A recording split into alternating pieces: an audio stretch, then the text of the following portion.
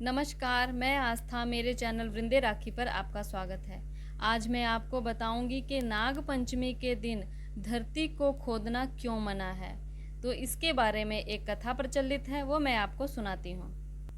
प्राचीन काल में एक सेठ जी के 7 पुत्र थे। सातों के विवाह हो चुके थे। सबसे छोटे पुत्र की पत्नी श्रेष्ठ चरित्र की विदुषी और सुशील थी, परंतु उसका कोई भाई नहीं था। एक दिन बड़ी बहू ने घर लीपने के लिए मिट्टी लाने के लिए सभी बहुओं को साथ लेकर और टोकरी लेकर खुरपी लेकर धरती खोदने के लिए निकल पड़ती हैं।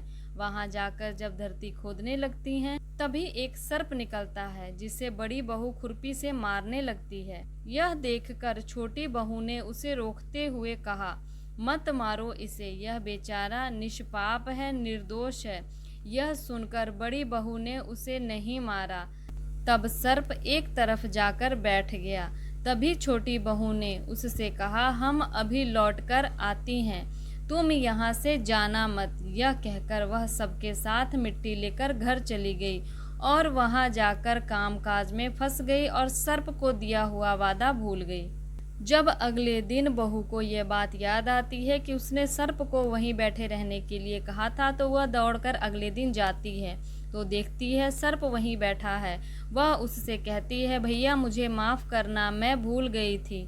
तो सर्प ने कहा, क्योंकि तूने मुझे भैया कहा है इसलिए मैं तुम्हें नहीं डसूंगा, नहीं तो झूठा वादा करने के कारण मैं तुम्हें डस लेता। तो वह बोली, भैया मुझसे भूल हो गई है, उसकी क्षमा मांगती हूँ। तब सर्प बोला, तू आज मेरी बहन हो गई है और मैं तेरा भाई हुआ, तुझे जो मांगना हो सो मांग लो। वह बोली, भैया मेरा कोई नहीं है, अच्छा हुआ जो तुम मेरे भाई बन गए।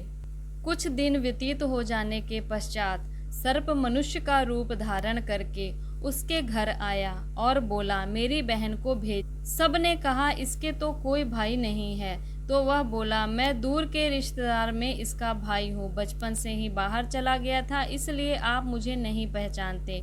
और छोटी बहू को उसके साथ भेज दिया। या छोटी बहू ने भी उसे पहचान लिया था। सर्प ने कहा कि रास्ते में अगर कोई कठिनाई हो, ऊंचा नीचा रास्ता हो, तो तुम मेरी पूंछ को पकड़ लेना और मैं तुम्हें रास्ता पार करवा दूंगा। इसी प्रकार उस बहू ने किया।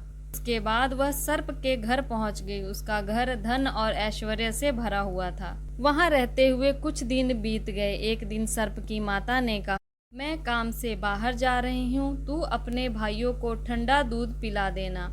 उसे यह बात ध्यान नहीं रही और उसे गर्म दूध पिला दिया, जिससे उनका मुख जल गया। यह देखकर सर्प की माता बहुत क्रोधित हुई, परंतु सर्प के समझाने पर चुप हो गई। तब सर्प ने कहा कि बहन को अब उसके घर भेज देना चाहिए। तब सर्प और उसके पिता ने उसे बहुत सा सोना, चांदी, जवाहरात, वस्त्र, आभूषण देकर उसके घर पहुंचा दिया। हालांकि सर्प को दूध पिलाने का विधान नहीं है, उनका दूध से अभिषेक करने का विधान है। इतना सारा धन देखकर बड़ी बहू ईर्ष्या से बोली, भाई तो बड़ा धनवान है, तुझे तो उससे और भी धन लाना चाहिए था। सर्प ने यह वचन सुना और सभी वस्तुएं सोने की लाकर दे दी। यह देखकर बड़ी बहू ने कहा, इन्हें झाड़ने के लिए झाड़ू भी सोने के ही होने चाहिए। तब सर्प ने झाड़ू भी सोने का ही लाकर रख दिया। सर्प ने छोटी बहू को हीरा मणियों का एक अद्भुत हार दिया था। उसकी प्रशंसा उस देश की रानी भी सुनती थी।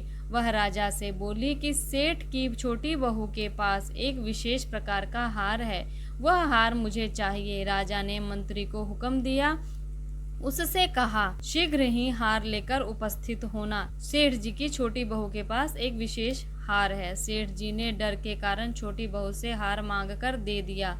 छोटी बहू को यह बात बहुत बुरी लगी। उसने अपने सर्प भाई को याद किया और अपने मन में प्रार्थना की।